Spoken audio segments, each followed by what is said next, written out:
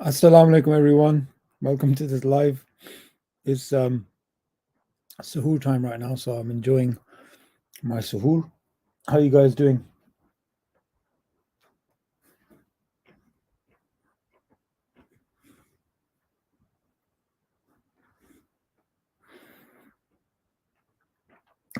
How you guys doing? How's your Ramadan? I'm going live at the strangest time. It's 3:47 a.m. right now.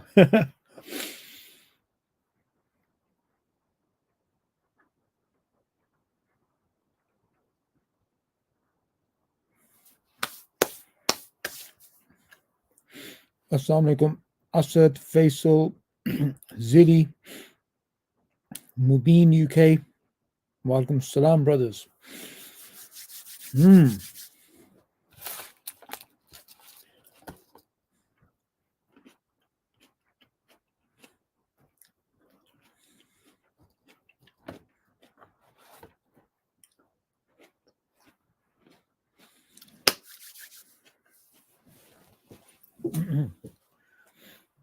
How you doing, brothers?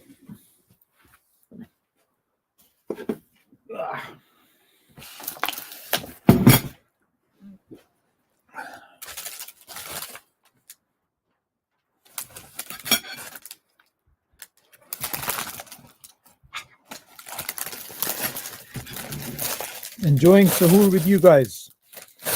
What am I eating? Currently, I'm eating a cake.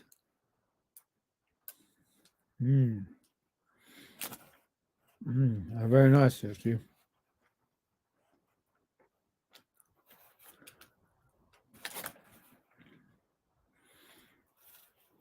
You know, there's this weird thing. I think it's in like Thailand and these sort of Asian countries where they just watch somebody live eating. Maybe I need to do something similar like that.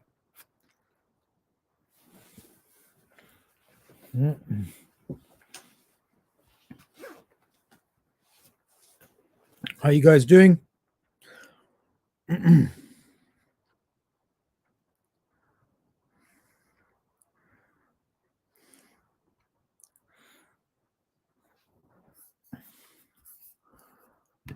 Yes, brother Carl. Did you sleep, dear brother? I'm gonna sleep after Fajr, inshallah.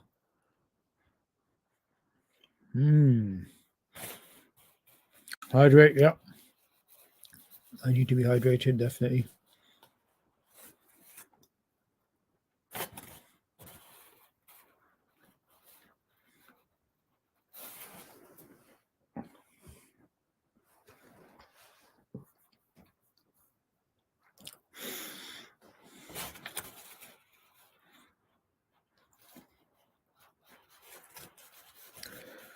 What did you guys have for iftar? That's the question.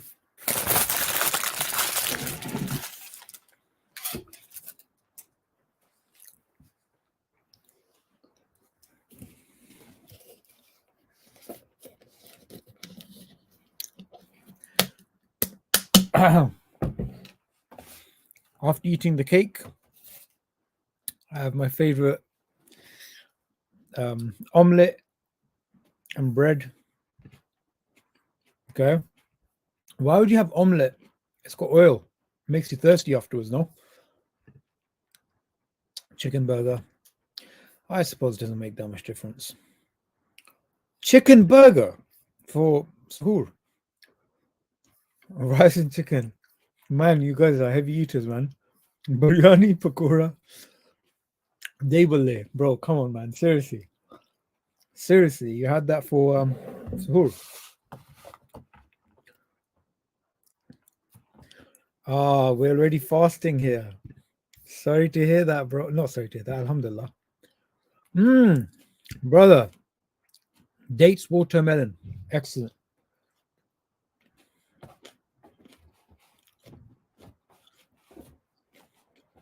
Oh, yeah, you said iftar. Yeah, sorry. I said iftar. You're right. I got iftar and suhoor confused.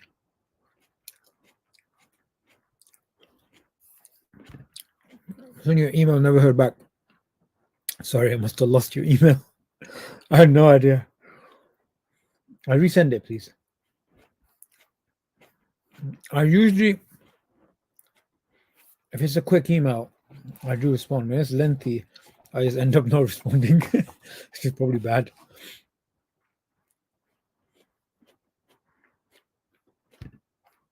Walaikum salam.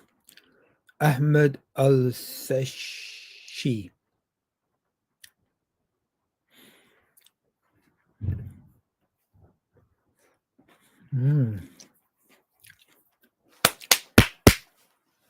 Let's do it, guys. Let's take on some Darwinists, right? Let's take on some communists, Darwinists, atheists, scientismists, liberalists, humanists, feminists. Let's go for them all.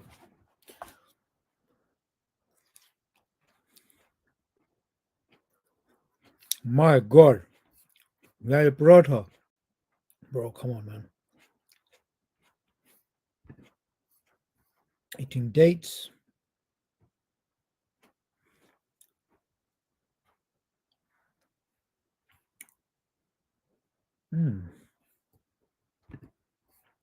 Walaikum salam.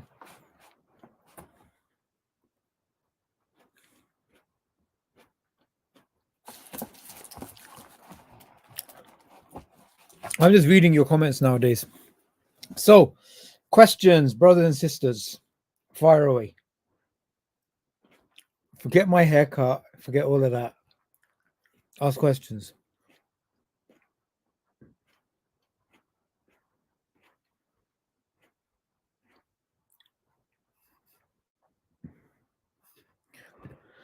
Been working on a book for a while.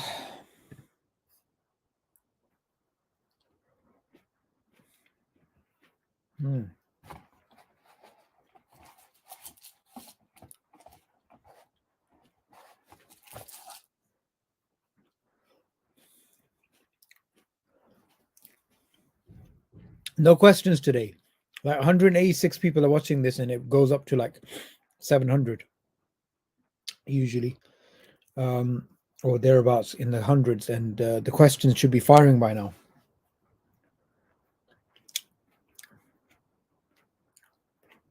Sent you an email via the contact form on your website. Nah, I don't think I got that. Just go to DarwinianDelusions at gmail.com. That's for brother Ali Raza. How's Umrah, brother Carl? I know you're watching in the comments. How's your Umrah?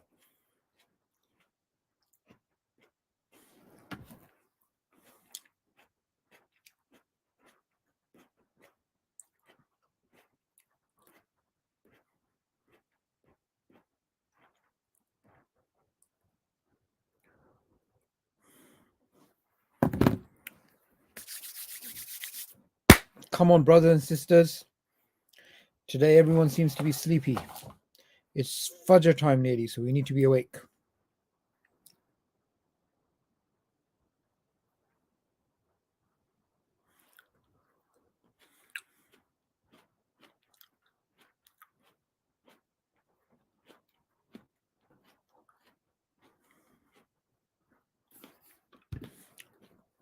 Finally, we get a good question.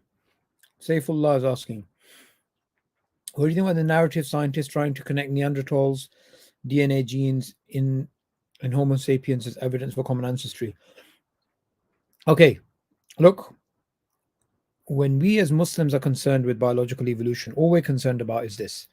We're concerned about the idea that Adam alayhi salam's lineage is a miraculous creation with Adam alayhi salam, our father, and that this lineage is has not interbred with other lineages. I think that's the minimum that we need to defend. Others say that, you know, they have their own views. But anyway, that's enough for me. So from that perspective, were Neanderthals Bani Adam? We don't know. Allah knows best. I don't think it matters. Imran, jump on the live stream, man. Come on. Help a brother out. Let me send you the right link. He best jump on the live stream now. You know, me and Imran, I used to do a lot of live streams, a lot of stuff, right? And then we didn't do stuff for a while, even though we work in the same office, just being lazy. And then someone thought we fell out. It's really funny. It was actually really funny. All right. Let me go to WhatsApp and send the link to Mr. Hussein. See if he joins me. If he doesn't join me, then I can publicly call him out.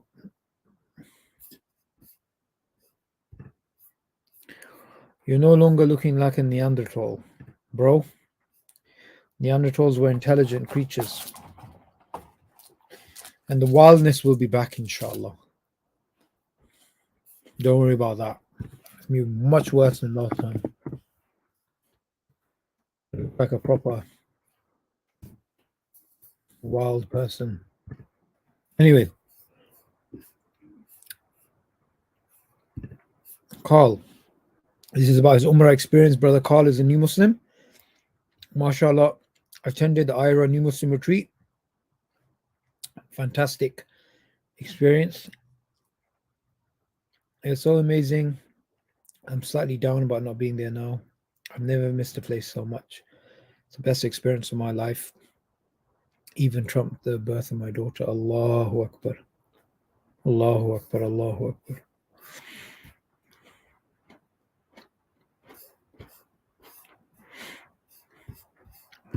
When is the next Paul Nelson stream? Soon, inshallah.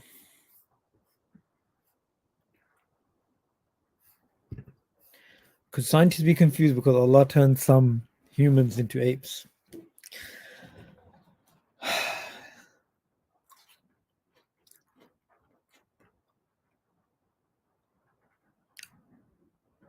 You know, people take, I've forgotten what verse of the Quran this is, to try and say that when Allah created some, I'll join you in 10 minutes. Good. Okay. Now Allah created Imran, I sent you the link, by the way. Jump on the stream. Allah created basically Allah punished some people by turning them into apes. Is that the reason why scientists are confused? I don't think so. I think it's got nothing to do with that. I think it's simply the fact that from a naturalistic perspective, common ancestry is the only logical deduction that they have, because they want to reduce the idea of there being multiple origins, because from a naturalistic perspective, it doesn't make sense. Common ancestry is a logical deduction of a naturalistic worldview. And they would see homology, similarities in structure and function, as reasons, as evidence for common ancestry. I think that's how they come up with the argument. I don't think it's to do with that Quranic verse.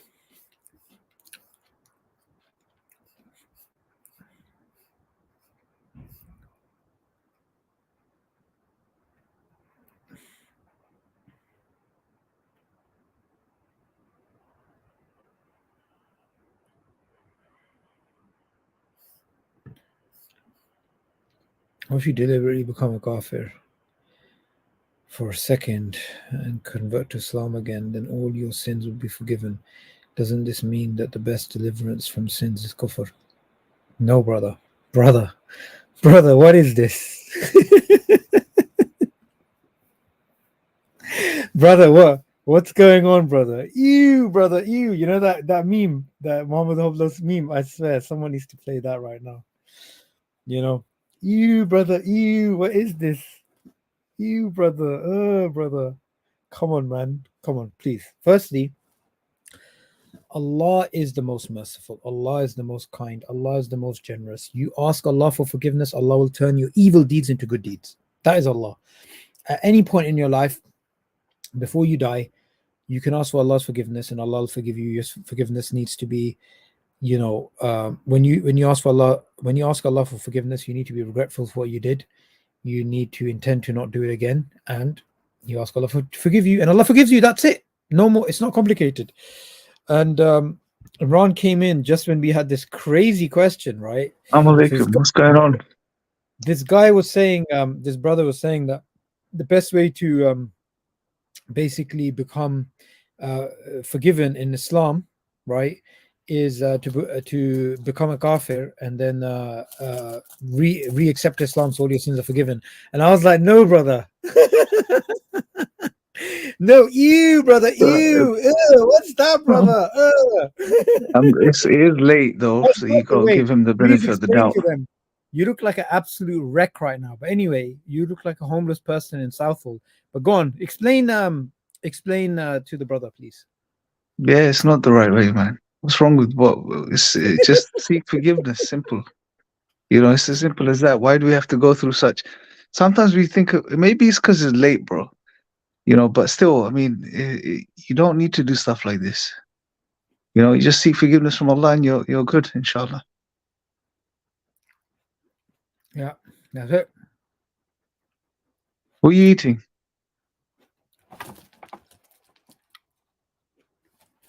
What time are you closing your fast? Let me check. I was just eating away. Bro, it's literally closing now, according to my calendar. No. I have 15 minutes. Okay, mashallah. Yes.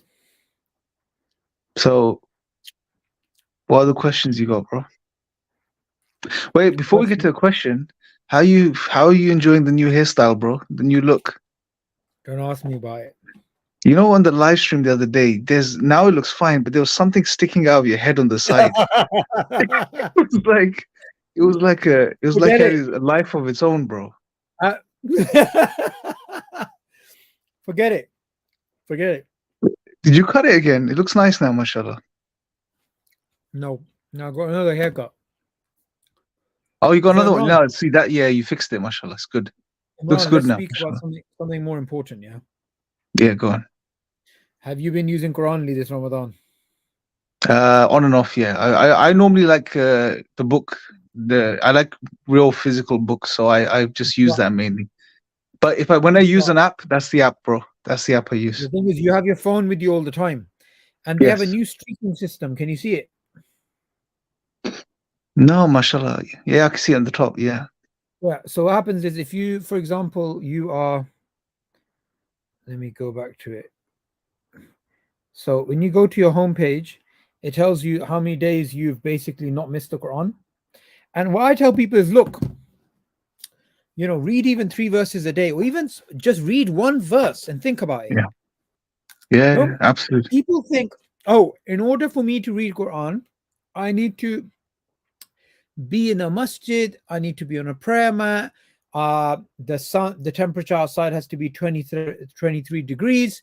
The political situation has to be this. Like, just take out the Quran on your phone, read one verse, even if you can't read in Arabic, just read it in the language that you understand, English or whatever. Think about it. Yeah, man. Sometimes we forget, you think about one verse, it will change your perspective on life. I was thinking about something. What's her princess, what's her name, the princess, so bad with names, the one who got cancer recently, I don't know. Princess Catherine, Mm. right? Princess of Wales. Like, she just got cancer, looks like a perfectly healthy person out of nowhere got cancer. And it got me thinking about something. What is cancer? Cancer is the news that you basically have something that's going to either kill you or Kate. Yeah, the name is Kate.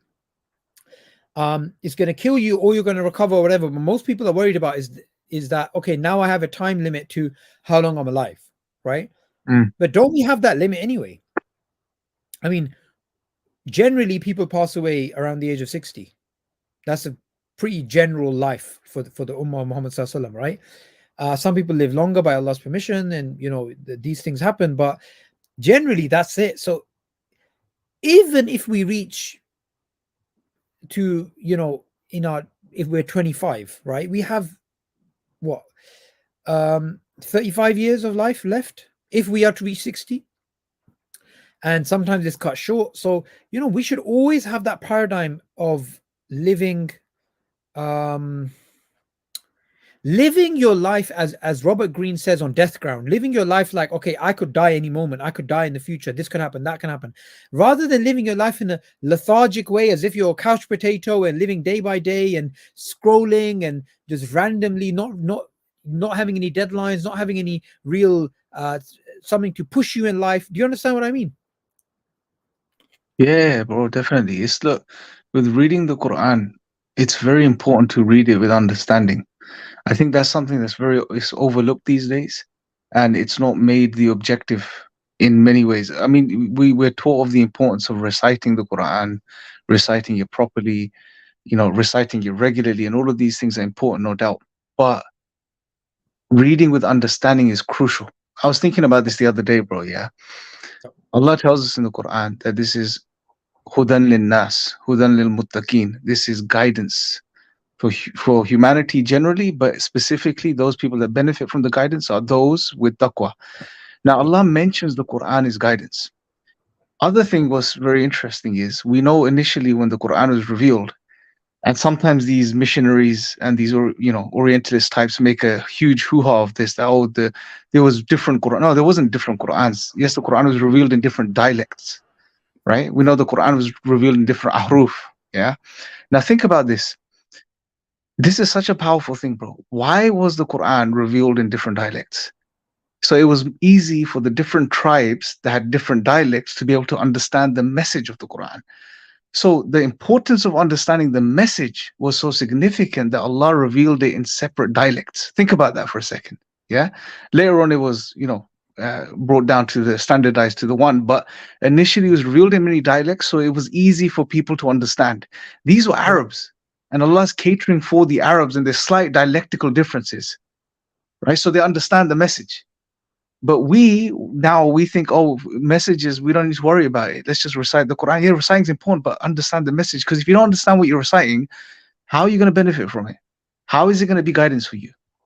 How is it going to guide? It's not going to guide you. Yeah, you may get a reward for reciting, absolutely, but you're not going to get guidance unless you know what you're reciting. It's as simple as that. Imran, so this is something I was talking to my auntie about earlier today, right? My sort of issue with people reaching the age of 50, 60. They've been reading Salah all their life. You have a problem with people reaching the age of 50, 60? Is that what you're saying? Yeah. They reach 50, 60 and they still don't know the meaning of Fatiha. And for 50 years, they've been praying. Yeah, it's crazy, man. Honestly. Again, it goes back to, if you don't know what it means, how is it benefiting you? If I gave you I said, look, bro, here's a brand new book. It's about Charles Darwin and his father, Erasmus, whatever his name was. Erasmus. Yeah. Let's talk in your language, yeah? I said, bro, here's the book. Brand new academic. In there. I see you're doing a little research, are we? Yeah, but just imagine this, yeah? Imagine I gave you this book, bro. I said, this is Darwin, this is Erasmus, this new academic's written this book. It's hot off the press, bro. And you're excited. But when you take the book off me, you see it's written in Japanese. Yeah, how is that going to benefit you? What are you going to gain from? You can go read, look at each single letter on the book, and even know how to recite it if you learn how to read it. But if you don't know what it means, is it going to benefit you? It's useless for you, right? Literally, yeah. So, and I know it's not a perfect example, but the point is we need to understand what we're reading when we read the Quran. It's vital. But we don't focus on it, bro. And like you said, even if it's one verse, take one verse, read it, understand it, and apply it. Read, understand, and apply. Just someone may say, oh, that's that's such a low benchmark. It's not really. It's not really. It's really important. It can change someone's life. Man. For example, the Quranic verse which mentions that people on the day of judgment will be talking about how long were you on earth, a day or a part of a day. That discussion, yeah? If you really think about it, in this life, one of the most basic emotions that you go through, whether people like to talk about it or they don't like to talk about it, is actually jealousy, right? From the time that we're children, we are jealous, right? Why does Timmy have a pink car and I don't have that car? As you get older, you know, you could be 70 years old, right, in an old folks home, and you're like, you know, Ryan over there, you know, he has two more teeth than I do, or whatever, something stupid like this, right? The fact is, human beings are continuously going through FOMO, fear of missing out. So young people, when they're at university, they're thinking to themselves, oh, you know, I'm young now. Other people are drinking. I need to drink, right? And you know, everyone's going through FOMO. Everyone's going through fear of missing out. What Islam teaches you is actually you should have the fear of missing out of the right things. You should have the fear of missing out of having a relationship with Allah. You should have a fear of missing out of Jannah. You should have fear of missing out of the sweetness of having faith, right? All these types of things. And the fact is, everything in this dunya is cursed except the remembrance of Allah and that which facilitates it, right? And reading that verse, that look, you're only on this earth when on the day of judgment you will remember you being in this life as if it's a day or part of a day. That's on the day of judgment. But in many ways, we've already experienced that. If you go back to the time that you were a teenager, or you go back to the time that you're 7-8 years old, right? I mean, you know, imagine little Imran Hussain walking on King Street all on his own and having his you know, buttoned shirt, top button here, walking around with his little lunchbox, getting bullied by me. Yeah, imagine that. Imagine that was what, 30 years ago. Do you understand? So it's we already are experiencing the fact that this life is like, you know, a day or a part of a day. Like thinking back, okay, here's an example.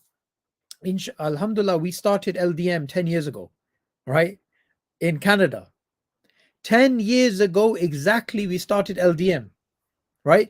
In fact, it wasn't 10 years ago. It was in 2013 we started it. 11 years ago. Does it feel like that was 11 years ago that we were in Dundas, Young and Dundas in Canada, giving dawah? Do you remember that? Yeah, Was that really 11 years ago? No, it feels in some ways it feels like it's just flown by, bro. You know, some ways it does feel like it's been a while, but it has flown by, man. We're here right now, much. Although since your haircut and your trim, you look like you did back then, mashallah. But it's flown by, man. Time flies by, bro. Doesn't wait for anyone. Yeah. What's the question saying, bro? You tell me. Can you read the comments? I'm just looking. I'm gonna have a look now. You got a few comments.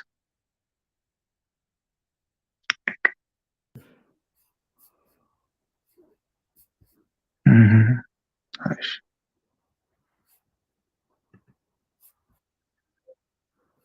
What's it saying? Can you see the comments? It's related to. It's not many questions. It's many comments, mashallah. Yeah, you know the way that you know the Prophet ﷺ, right? He described this life. Yeah. There's a few things we can point out, but for example, we're supposed to live like a traveler in this life. The way that the social media works, the way that, you know, the satanic plan works, is to make us think of this dunya as if it's so glamorous and so precious, and there's so much going on and so many things to do. When in reality, you know, this dunya, there's nothing. It has really nothing to offer. Fundamentally, what is Islam about? Islam is about giving up your desires, the lower desires, and focusing on the highest desire, which is the pleasure of Allah, the highest desire, having a relationship with Allah. That's what leads to happiness. And you know, many people today, and I was thinking about this when I was in the gym earlier, I was just thinking about stuff. I was just thinking, people, they try and make themselves happy through worldly means. Yet there are people out there who have everything from a dunya perspective, right, that young people want, and they still turn to Allah because they realize everything is meaningless. The other day, I you know, bumped into a guy who accepted Islam, and he's from a background he's rich, access to, you know, girls, access to drugs, access to like literally everything, and he's super rich. Yeah, he gave all of that up and became Muslim. Why? Because rather than going through those painful experiences yourself, we know that ultimately all of these things are meaningless. Ultimately, all of these things never lead to happiness. They just lead you, away from this life. And what I wanted to do was actually show people what should be the Muslim reaction, yeah, when you come across this dunya, right? Like I want everybody What are to you gonna put up, bro? come on, bro. It has to be this. MashaAllah, that's the guy. Bro, listen, this guy, yeah. So imagine someone comes up to you, yeah, and someone comes up to you and they're like, oh brother, we're young, we should enjoy ourselves, we should drink and wine and dine and club and women and this and that and this and that. And when you get older, then the same people, they're like, okay, now we should be into business. And when you're older, then now our children should do this, all of this. And so if anybody calls you towards the dunya, this is what your reaction should be. Just watch. Ugh. Brother, what's that? What's that, brother? Bro, this thing has gone viral on TikTok. You know that, yeah? This is SubhanAllah. so funny, bro. It is so, brother. Brother. Yeah, That man. should be our reaction when we see the dunya. You know what I mean? Yeah, look, we put here to we're in a test, and there's good aspects of it's an opportunity, isn't it, bro? It's a potential. It's what you make of it. It's how you react to it. It is what it is. Allah's made it what it is with all of its challenges and its good stuff. But the test is, how are you going to react to it? Are you going to let it overwhelm you and beguile you and confuse you and turn you into, whatever? Or are you going to, take the horse by the reins and really make the most of it by making the right choices and the right decisions? Yeah. That's what it boils down to at the end of the day, bro. It's easy to say, but it's very difficult at times, man. It's challenging, bro. Because we mentioned this yesterday. When it comes to ikhlas and having sincerity in your actions or whatever you do, that in most cases puts you in a very difficult position because you have to make some very tough choices, right? And also people think, oh, the more clever you are, the easier it is because you can figure things out and do the right things. No, it isn't. Actually, it gets more difficult because you can really convince yourself of doing something which is incorrect, but just convince yourself or justify it to yourself in a way that it seems correct. So there's more. Everyone has challenges, bro. It's what you make of it, how you deal with it, basically. Look, the fact is, in this life, every human being goes through some level of test. People sometimes say, oh, look at this person, they're richer than me, or look at this person, this and that. Don't look at people who have more than you. Just I forgot where it was. I think it was the masjid, or just the other day I saw a guy and he didn't have an arm. He just had one arm, and the other arm he just didn't have the arm. And he's just accepted it, and he's in the masjid and he's praying and stuff like this. But imagine you didn't have one arm. Just a very simple thing. You didn't have one arm. And try to imagine, okay, now you need to do driving. Oh, you can't do driving because you only got one arm. Or what do you need to do now? You need to catch the bus. Okay, you need to catch the bus. You need to catch the train. And then you're going to be, taking out your tickets and doing everything. Oh, but you need to open up your wallet. How are you going to open up your wallet when you only got one hand? Yeah. Like, do you know what I mean? Like, so many issues. Now imagine your kids, right? They need to be picked and dropped from school. You can't do that. So you have to rely on someone else because they have to drive. Like, in our life, there's so many things that we should be grateful for. Yeah. Some people, there's a guy I know who had an accident, and he's basically wheelchair bound, right? And he's just in a wheelchair all his life. So think about that every single time you're walking around, you have your legs that are working and all these things. Islam builds this perspective that you need to be grateful. You need to be grateful. And when you're grateful, you also need to be aware that you're going to be put through tests and trials, and you need to be grateful for what you have and not reach out for those things, because what will happen is this: there are certain things that are going to be offered to you from this dunya perspective. As Allah says in the Quran, that He tests us from which our hands and spears can reach, right? It's such a beautiful verse that, you know, Allah will test you from the things that you can reach. Now, what can you reach? What can you reach if you think about it? Well, you can reach your phone, right? Nowadays, and you can go on a dating app. So there's something haram there, or other things, right? You may have the ability where, for example, if your test is not women, your test is you're really into business, and there's a lucrative cryptocurrency which is based on gambling, right? And you know, if you invest in this today, it's going to do 100x in like 2 weeks. Or you get my point? So every single one of us is going through these tests and trials and these types of things, and one of them is a test of sincerity, right? So you just started praying, you're wearing the Islamic clothing, you're young, people in your family come up to you and they're like, mashallah, we're really proud of you. You know, when other people are doing, you know, nonsensical things, you're turning towards the deen. Here there's a test, and the test is Allah is seeing, are you gonna like their praise? Are you gonna pray more and make yourself appear more Islamic to show off to people? And then people, obviously, like us, we're put through a different sort of test from a public perspective, that, you know, many people are like, mashallah, mashallah, I love brother Imran Hussein. And then, you know, you get all these people trying to like and share and stuff like this, right?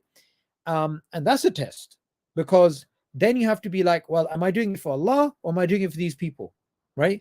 So Allah will always put us through those tests, and those tests will happen throughout our lives. It's not like it happens at one period and it doesn't happen at another. And, you know, ultimately, happiness is in the worship of Allah. Happiness and contentment is in the worship of Allah. Sins get in the way of your relationship with Allah. And the greatest sin that you can commit is shirk. And we sometimes forget that, you know, showing off is a type of shirk, right? It's such a big sin, but we don't even think about it. We just think, you know, when we think of sins, we think of alcohol, we think of zina, we think of gambling or interest or whatever. But you know, we don't think about these things, but they're very important, very, very important. And the Quran, and this is why I really, you know, throughout Ramadan, I've been wanting to promote the Quranly app, because it's something that, look, we have to be reconnected to the Quran. Take the average Muslim. Is the average Muslim connected to the Quran? The answer is no. They're not actually connected to the Quran. So what do we need to do? We need to build habits, and that's the purpose of this app. Please go and download this app. You basically build habits so you can actually build a relationship with the Quran. You can actually, you know, at the tap of a finger, you can read a verse. It can make you look at life from a different perspective. And look, Imran, throughout a day, do you know how many thoughts a human being goes through? Have a guess. Thousands, hundreds of thousands, right? Tens of thousands of thoughts. Mm. I think, who was it? I think David Goggins. I was listening to him, right? I think he said something like 70,000. I'll need to check what the number is, right? But you get my point. It's a lot of thoughts, right? Your thoughts, if somebody was to download the last 24 hours, your thoughts can be broken off into themes, right? One theme could be worrying about finances. One theme could be just general scrolling that you're doing and thoughts are coming in your head.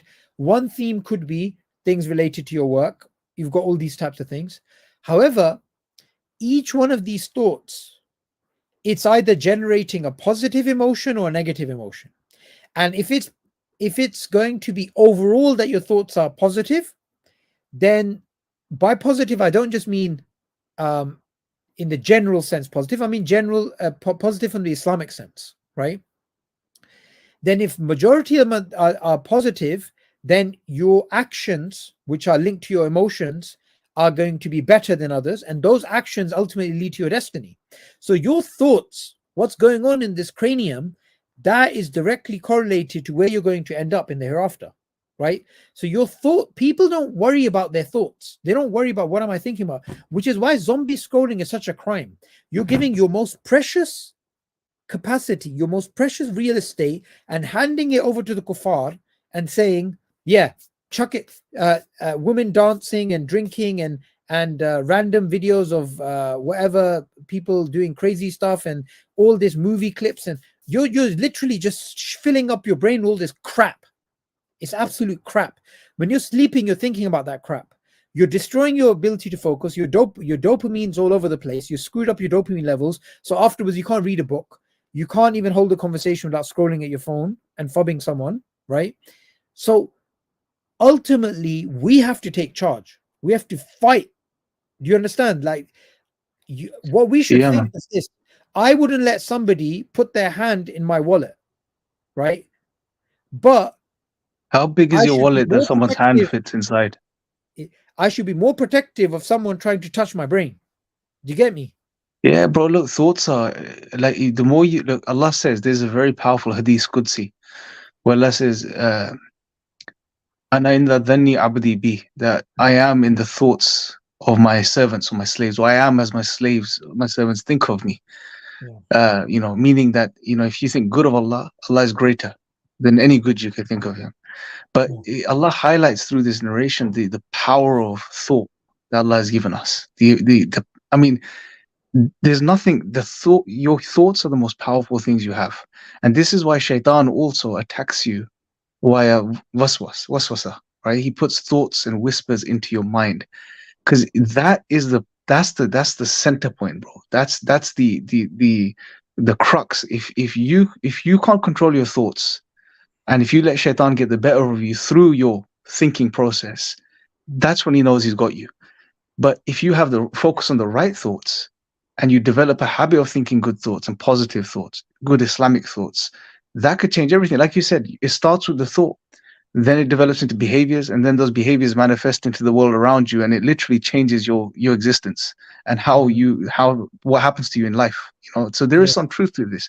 Thoughts are very powerful, and you have to manage your thoughts well. Most people don't. We just give in, like you said. We give in to letting people think for us and teach us what to think and what to do. So, and you see this across the board, bro. If you look at all of these major ideologies in the world, bro, all of these isms and schisms, they are injecting them through the medium of ideas, which you pick up through your senses and your sense organs, and you then take into your mind, and then you process as thoughts. That's right. So it's all affecting the way you think. So we have to be cognizant of the power of thoughts. And we're not talking about some new age woo stuff here, yeah? And some of this, the power of positive thinking nonsense here. This is within our tradition. Allah is highlighting to us the power of thoughts by telling us, I am as my slave thinks of me. Not that your thoughts change Allah. That's not what we're saying. But Allah is highlighting the power of thoughts and why you should think positively all the time. You start thinking positive, and again, you said it. It's something that you have control over to a great extent. Yes, there's many thoughts that come into your mind that you don't have control over. They always come and go. But you do have control over which thoughts you hold on to, which thoughts you focus on, which thoughts you allow to manifest and grow in your mind. That's something you have control over. Shaitan wants you to fall into a negative cycle of thinking. That's why he gives you waswasa. But it's not, the power isn't in his waswasa. The power is in what you do with the waswasa, how you react to it, how you respond to it. So as soon as he comes and he whispers into your mind and he puts a thought into your mind, a negative thought, okay, he's done that, right? It's there. What are you going to do with it? How are you going to react to that thought? Are you going to fixate on it and take it seriously and then let it affect you? Because we know, again, if you look at most people that have, not all, but many people that have, intrusive thoughts. It's a part of anxiety. People get intrusive thoughts and they feel they can't control them anymore. Right? What happens if you really look at what's going on in their mind is they get negative thoughts that come in and they fixate on those thoughts. They become compulsive over those thoughts. They give the thoughts energy and time. And the more you give these negative thoughts energy and time, the more you're investing in them. And the more you invest in them, the more they're going to bother you. They impact your whole being. You start becoming negative and irritated, and you don't want to be around people. You want to just spend time with these negative thoughts. And it just destroys you. And it starts to affect your physiology as well. because it's somatic, bro. Like whatever comes into your mind, the mind is connected to the body. So if you let negative things foster and fester in your mind, they eventually are going to affect your body. And some people stop eating, they lose their appetite, they start developing other conditions. It's there in the literature, bro. It's called somatics, somatic conditions that people have. So it can really affect you. Negative thinking in the long run can really, it's the key is in how you process those thoughts. And we're taught of how to do this through the example of the Prophet ﷺ, and the example of the prophets. They had negative experiences. They had negative, difficult things that happened to them that they faced in their lives, much more difficult than we're going to face. But how did they respond to those things? That's the key. Mm. How do they respond to it? And that's very powerful, bro. And we see, I can't think of any specific, but there's many examples through the seerah of the Prophet ﷺ where big challenges came his way, things that would, if one was to take them in a negative way and sit with them and let them affect him, it will destroy any person. Well, But how did the Prophet ﷺ respond? It's so interesting you say that, because when the Muslims were faced at the Battle of Khandaq, they were surrounded by the disbelievers who were thousands in number. The Munafiq's reaction was to call Medina Yathrib. The Munafiq's reaction was to spread panic and say, the people have amassed against you and this, and just go around saying this, right? And they would say things like, negative things to just bring down the morale of the Muslims. So when they saw with their eyes all these people, they are going around panicking and saying to the Sahaba, right? They're saying that, oh, the people have amassed against us, against you. And what's so beautiful, I believe it's, I forgot which chapter, I think it's either chapter 9 or chapter 10 of the Quran. I think it's Anfal, in which Allah mentions that when the Munafiqs are going around saying the people have amassed against you, the Sahaba increase in their Iman. Can you believe that? Can you believe that the Munafiqs, right, when they see all of this, and the Sahaba, they're like, this is what Allah and His Messenger promised.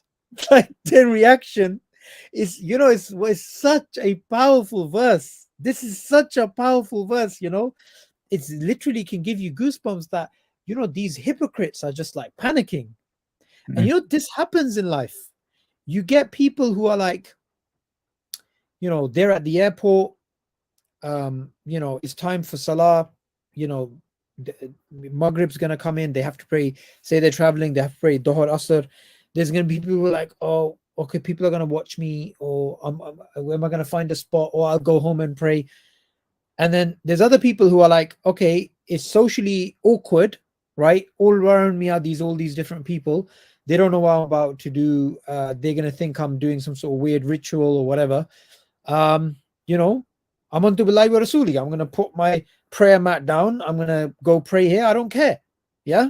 So, the believers, their reaction, because of the way that they think, is the exact opposite of the hypocrites. Yeah. But they're seeing the same thing, and it's related exactly to what you said. It's related to how they think. And thinking is not a one-night stand. Thinking is not one thought. You have a pattern of thinking. People have patterns of thinking. You find that there's people, you throw anything at them, every problem becomes a challenge. Right? So every problem becomes a challenge, meaning a challenge they want to overcome, they want to be positive, they want to try. And then you get people who you throw the smallest problem at them and they make the problem much bigger and sit down and don't do anything. So ultimately, if you don't understand who Allah is, ultimately, if you don't think positive of Allah, and you don't, for example, know the names and attributes of Allah, you don't know the meanings of the Quran, because what is the Quran doing? The Quran, I think this is very important, right? The Quran is there to brainwash you. That's what it's there to do. Every single ideology in the world is trying to brainwash you. Liberalism is trying to tell you it's all about maximizing pleasure and minimizing pain. Scientism is telling you the only reality is that which we can logically verify. That's it. Empirically verify. Every single philosophy is trying to put in your brain a particular paradigm, download that software, so you look at the world in a particular way. The Quran has a philosophy, the Quran has a software, the Quran has a paradigm, the Quran has an ideology.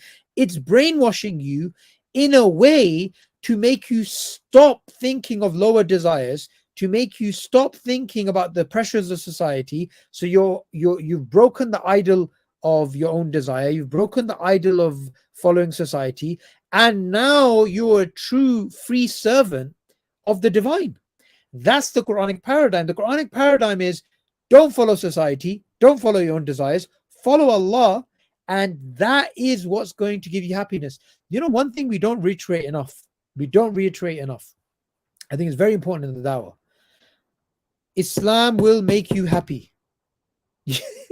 This is not mentioned. When people like non-Muslims, because of brainwashing of the media, when they hear of Islam, they think of terrorism, they think of Sharia law, or they think of rules and regulations. Or ultimately, what is Islam? Islam simply means submission, right? Ultimately, Islam's a relationship between you and your creator. So that's the paradigm we need to download. And I believe the reason why non-Muslims have that perception, right, is because a lot of Muslims have that perception. Yeah. Do you understand? Yeah, no, absolutely, bro. It's all That's why brainwashing. they don't give dawah, because they Yeah, you know, themselves are confused. the brainwashing point, you remind Sheikh Ahmed Didat once mentioned the same thing in one of his interactions with someone. He said, everyone's brainwashed, yeah. He says you have to choose your programming, basically, the way you're brainwashed. No, there's no one that's free of brainwashing. I mean, you won't find every human being is conditioned. Okay, if you don't like the term brainwashing, everyone's conditioned to see the world in a certain way, to have a certain set of fundamental beliefs, their own worldview. You have to choose the right worldview. Islam is the right worldview because it liberates you from all other, types of slavery and conditioning. And it's the most profound, because it's from Allah. Everything else is man-made. Every other ideology is man-made. So why would you want to submit to something lower? Condition yourself in a lower way? Well, just because it allows you to fulfill some of your desires, and do certain things that bring you maybe immediate pleasure, but in the long run are going to destroy you. What's the point? People don't think of it. And this, bro, people, this generation, especially young people, especially young guys, young men, they are being conditioned to become very feminine, and on top of it, not only feminine but very lazy, right? Bro, if you look at, I mentioned this a little while back, if you look at the statistics and the research on testosterone, right, the rate, the amount of testosterone in men in their 20s and their 30s today, and you compare it to the men 10 years ago, bro, a decade back, the numbers are declining, bro. It's very low. Generally, I'm talking about. Yeah, you'll have those, odd, people that go against the curve. But generally speaking, you'll see that the amount of testosterone in young men's bodies at the moment is declining as the years go by, right? And remember, testosterone works both ways, bro. It's not just, oh, you have low testosterone, that's why you're inactive or you're whatever the case is. If you have low testosterone, but you do the right things in your life as a man, you live like a man, meaning you live an active life, you face challenges, you challenge yourself, right? You put yourself in difficult situations, you do what's right, you do what's meaningful, you do these things, your testosterone will increase. Bro, there's studies that show even the way you stand and your posture, if you put your chest out and you stand tall, that increases your testosterone, bro. Something as simple as that, right? Now imagine you have a lofty goal as a guy, right? You have a vision, right? You want to achieve something significant and you're willing to face the challenges and face them head on, and you do all those things, bro. Of course your testosterone is naturally going to go up, right? But what you're seeing today, bro, is that they are, I don't know what the right word is, but they don't want men to be men. They want them to become very weak to the degree where they could be controlled and manipulated, so they just fit like cogs within the system, basically. Right? And you see this, most young guys today, what they're doing, bro, they're playing video games, they're zombie scrolling, like you say, they're doing drugs, they are, they may be watching porn, right? Once a day, 3 times, whatever the case is, however much. And all of this thing is killing killing men, bro. It's killing young men, especially young Muslim men. And testosterone levels are gonna drop naturally, bro. You know, and the biggest thing about this, bro, forget the level of testosterone. It's not gonna lead you to be happy as a man. A man needs to face challenges, needs to do what's meaningful. If you don't do that, you're gonna destroy yourself, and you're gonna feel the consequences of that, bro. So interesting what you're saying. Imagine a video game with no difficulty level. You'll be bored. Imagine a sport like rugby, right? So you're basically told, okay, take whatever the ball in rugby is called, a rugby ball or whatever, and you basically need to go and score, but there's no opponents. And then you run across and touch it, and everyone's like, yay. No, life doesn't work that way. You enjoy suffering, you enjoy pain, you enjoy the challenge, you enjoy the journey. That is life. Life is not about give everything to me on a plate. You understand? So comfort destroys you. This is the problem, bro. It makes you stale. Honestly, bro, look, you think comfort's going to bring you ease. You're going to be happy. I got my money. I got my little nice place to stay. I have my video games. I got my food. I got my fridge. You know, I can eat whatever. Do that lifestyle for a while and see how it affects you mentally as a man. Okay, Imran, let's put it another way. Let's look at children of millionaires, right? Unless particular millionaires, the way that they raise their children in a way that they bring out the best in them, there's very few. Generally quite bratish, right? Yeah. Waking up at 12 o'clock, watching Netflix all night, complaining about the smallest things, complaining about the smallest things, not being able to deal with any difficulties in life, not being immature. Comfort creates weak men. This is what we have to keep in mind. Hard times create strong men create comfortable times create weak men. Weak men. It's true. It's true, man. Right? Yeah. It's true of the individuals, and it's true for societies and civilizations as well, bro. The same formula applies. You know, that formula of, you know, comfort creating weak men, and the weak men creating weak times, etc., and then weak times or difficult times creating strong men. It applies on a civilizational level, and it applies on an individual level as well, bro. On both. I mean, you could try, and this is the thing. The world is designed, society is designed to make weak men today, bro.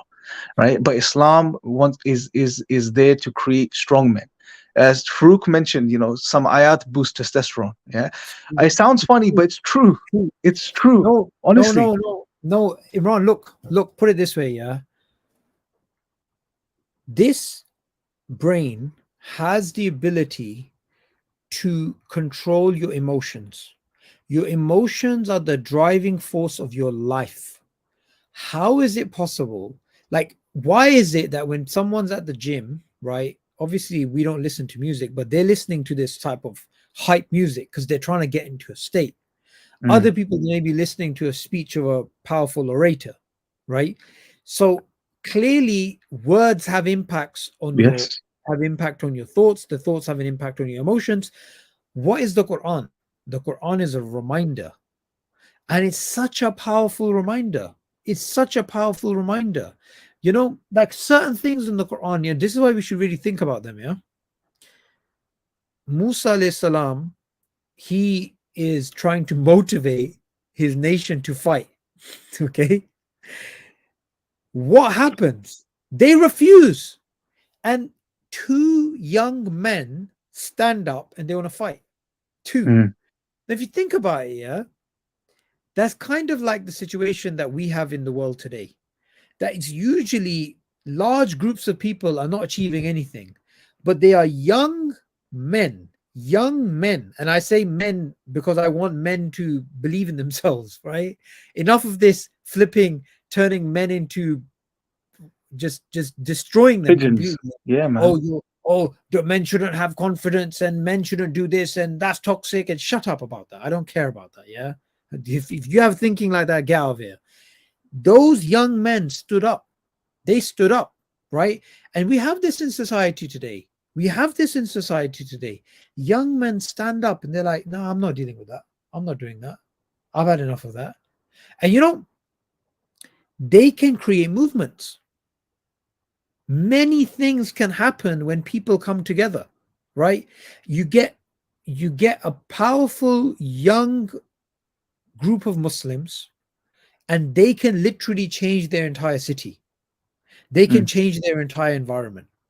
People don't realize the power of youth, young Muslim men, the power that they actually have for social change, right? Yeah. You know, when I mean young, I really mean young. I mean like 15 to like 25. So we're out that range, right? That's what I Yeah. mean. Maybe it can be Oh, youth. extrapolate. Yeah, youth. Even the Ashab al-Kahf, bro. You know, the sleepers of the cave. What a You powerful know, young story. men, bro. So many examples of just just and you know it may seem like a very far-fetched goal, but start small. First, it all begins with the realization, you know, that yeah, okay, I'm feeling the way I'm feeling, and I'm at this low place that I find myself right now as a man because of my own faults and my own mistakes and my own choices. Right? Own up. Okay. That's the first lesson, I guess, of being a man. You know, own up to your mistakes and the wrongs that you've done and where you've fallen short. Own up to it. You know, most people don't want to own up to stuff these days, bro. They make mistakes. They just want to cover it up. Nah, it wasn't me. And put the blame on someone else, and that's not a manly thing to do, right? Just own up. Okay, you made a mistake, and realize, okay, I know what I need to do. I need to fix myself in this way, and start working on yourself. Start small. Start with small things. Just do those small things regularly, consistently, and grow from them. And Ramadan is a powerful time, bro, to realize what you are actually capable of, bro. You know, it teaches you because look, if you can give up, you know, food and water, especially in, you know, for us spoiled people in the West, bro, where, you know, we have food on tap, water on tap, you know, we just think we can never give it. Ramadan teaches you can give this up for several hours of the day and you can function still, right? And you can function well, right? And those are your most base, after breathing, food and water are your most basic needs, bro. Yeah. If you can give those up, then what else can't you give up? You know, what other sins or bad traits or desires or addictions that you have can't you give up? If you can give up food and water for the sake of Allah, you know, you can give up all of these things. You know, it takes some willpower, it takes some focus, it takes some grit and determination, but it's within you. Allah's given that to you. And the more you start practicing this, what's going to happen, bro? Your self-esteem is going to go up, your confidence is going to go up, your testosterone is going to go up, right? You're going to feel more balanced as a man, you know, and these things are important, you know, bro. You know, it's sad, man. It really is, bro. Like, we've been on the university circuits for what, 12, 13 years, 14 years, 15 years. We've been going to ISOCs and universities, bro. Bro, I have seen a clear shift here, and this is just one example. When we used to go to universities, I remember you told me one example of this. Yeah. Bro, no, but we used to go to universities, bro, 15 years ago. The guys were leading the ISOCs. They were setting things up. They knew what to do. They were ordered. They were making things happen. Bro, recently, over the years, I saw it declining. You know, now we go into an ISOC. There's sisters that have to, poor sisters having to run the whole show, right? And the guys are just sitting there deflated, and they don't know what to do. And they're coming, they're uncertain. They're asking the sister, "Can we do this?" She says no. He's like, "Okay," turns around, walks away. Like, what's going on?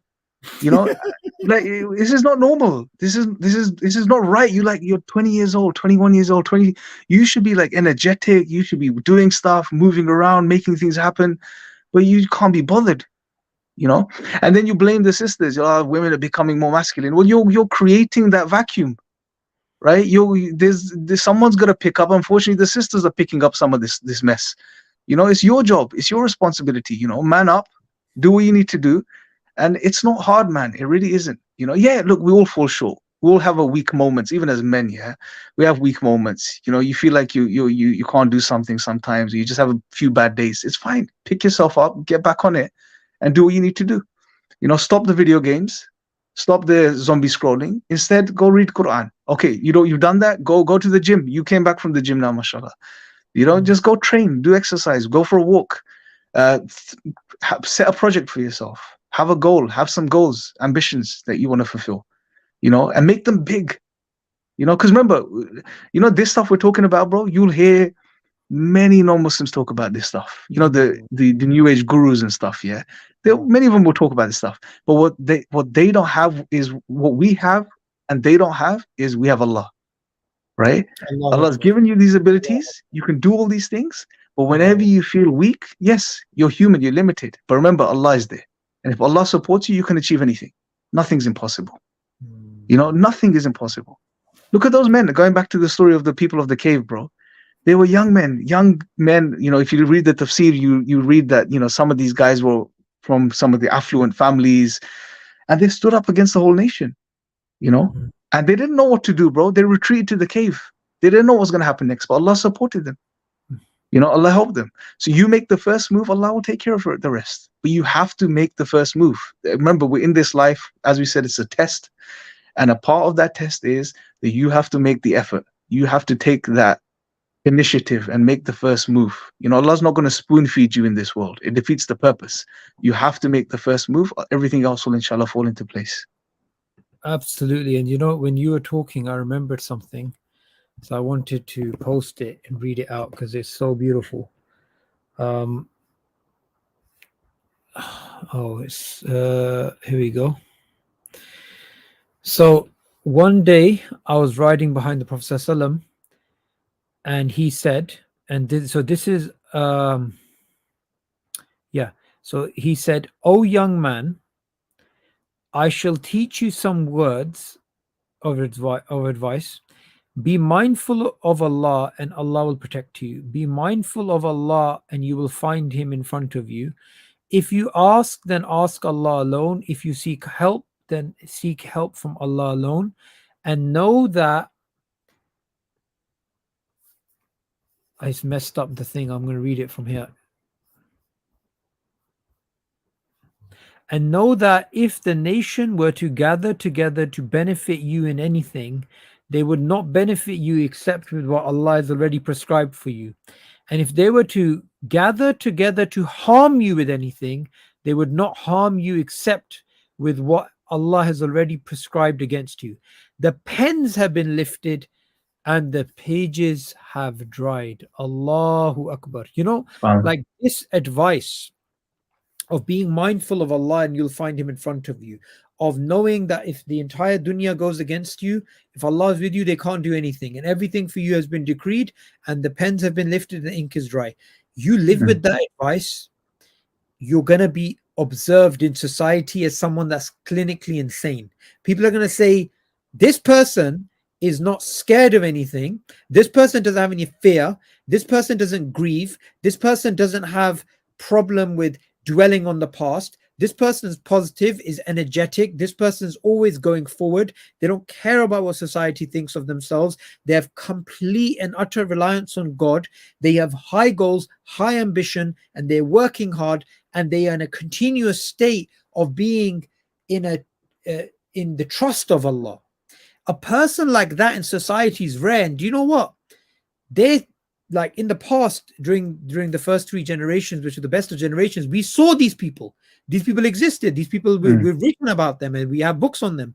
Today, these people are so rare that people will say, that guy's insane. That guy's absolutely insane. How is he insane? He's insane because he gave up his house on interest. He gave it up because he believes interest is haram, and he's paying rent. And he's paying higher rent than he was paying mortgage. What an idiot. Seriously, that's what people think. Oh, this guy, the good-looking guy, he could go out and, you know, club and wine and dine and get many different girlfriends. But instead, you know, he decided to find a Muslim and get married. What a crackhead. Like, they're going to, every single thing the person does, they think, what is this person doing? Oh, this guy, he has, you know, he made this much money, and instead of investing in a business, he went on Hajj. You know, this person, he gives 50% of his wealth away to poor people. You know, this particular person, you know, rather than following in the family footsteps of, you know, their alcohol corner shop or whatever, he decided to just work as a cleaner at a train station, you know, do something a lot. Like, the thing is, when you live a life with Allah, when you live a life with having total tawakkul in Allah, being mindful of Allah, then you live a life in a way that most of society will ridicule you. Most of society will never. It's because they've set the standard, bro. And so what? Why is this standard the objective standard anyway of what's normal, what's sane? what's rational. They set the standard, and then they want you to conform to it, and we just unwillingly, just like sheep, conform. No, man, look at the standard Allah sets, bro. And I think it takes time. It's breaking away from that matrix type of, their understanding and that paradigm that they've created, and then saying, you know what, no, I'm going to do the right thing. And then at the same time, and I'll say this as the last thing, bro, I'm going to go then, because I'm going to literally knock out on the live itself, inshallah. But you need to pray have Fajr, brother. yeah, praying Fajr, Brother. I'm going to knock out then, inshallah. Brother, what's But going on, brother? have the balance. It's very No, I important feel to like have the attacking balance. you. Oh, Bro, when I get my hands on you, you wait, bro. Now you look so vulnerable without the hair.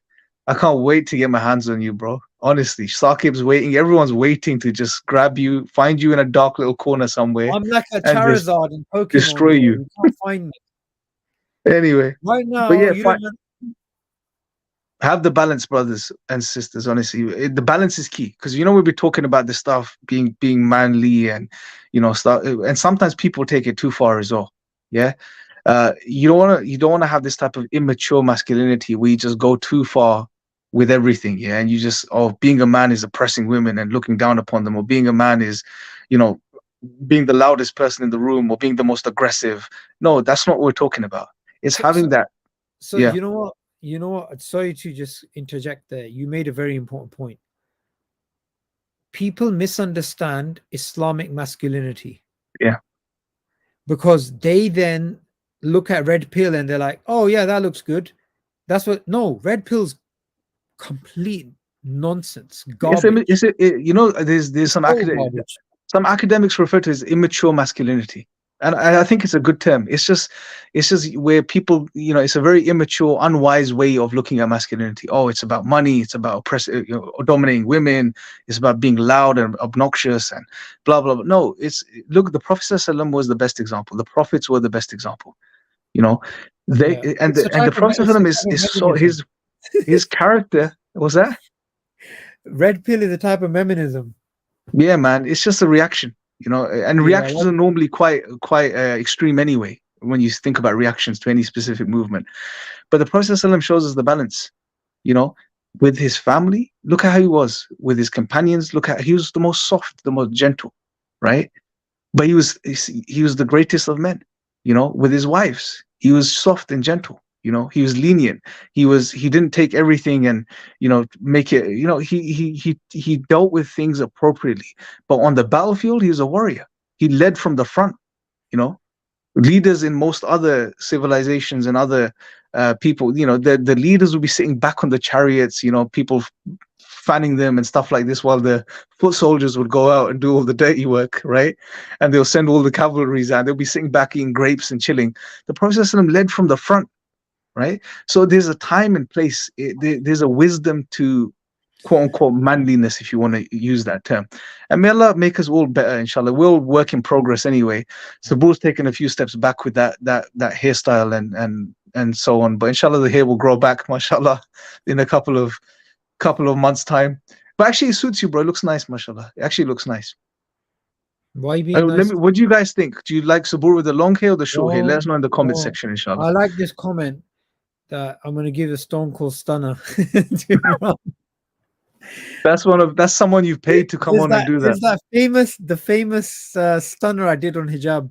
If you remember, man. Do you guys remember when Saqib took you out on the live stream? I think his EF Dawah live stream. So funny, man. That was so funny. The brother Ijaz was scared, man. He thought someone's coming to attack you. Someone's broken in. Yeah. All right, bro.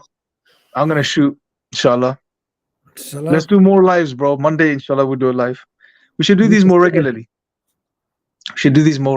I think, inshallah. Yeah. Well, are you going home? Why don't you tell the people of your new book? We'll do that in the next one, bro. I need to pray, inshallah. Fine. All right. We'll do the books next time, inshallah. And what the hell is this comment, bro? Britney Spears moment. What the hell is that? Moment, that's the one. What is that? Britney Spears moment. I don't think it's Britney Spears moment. I think it was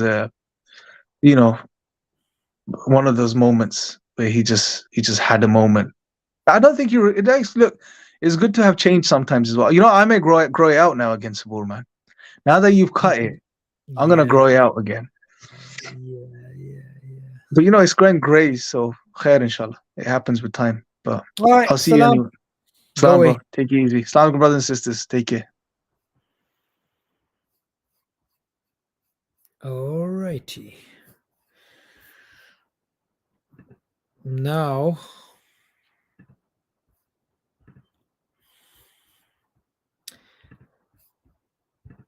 it's the month of Ramadan, and I am fundraising to print Qur'ans, print and distribute Qur'ans. You must have seen the Qur'an campaign that we have going on. And what better cause to support in Ramadan than to fund the Quran? So you have the link there in the chat that you can go to. I highly recommend you donate to this campaign. There is 650 something people watching this on Twitter, YouTube, Facebook. Donate. Let's hit the target. £10,000, £10,500 to print and distribute 3,500 Qur'ans. Let's do it, brothers and sisters. I believe in you. It's the month of the Quran. It's the month of Ramadan. What better month to support the work of dawah than the month in which the Quran was revealed? So I'm just going to give that to you as an action to do. I'm going to now sign out. Jazakallah khair for listening, my dear brothers and sisters. Until next time, Assalamu alaikum wa rahmatullahi wa barakatuh.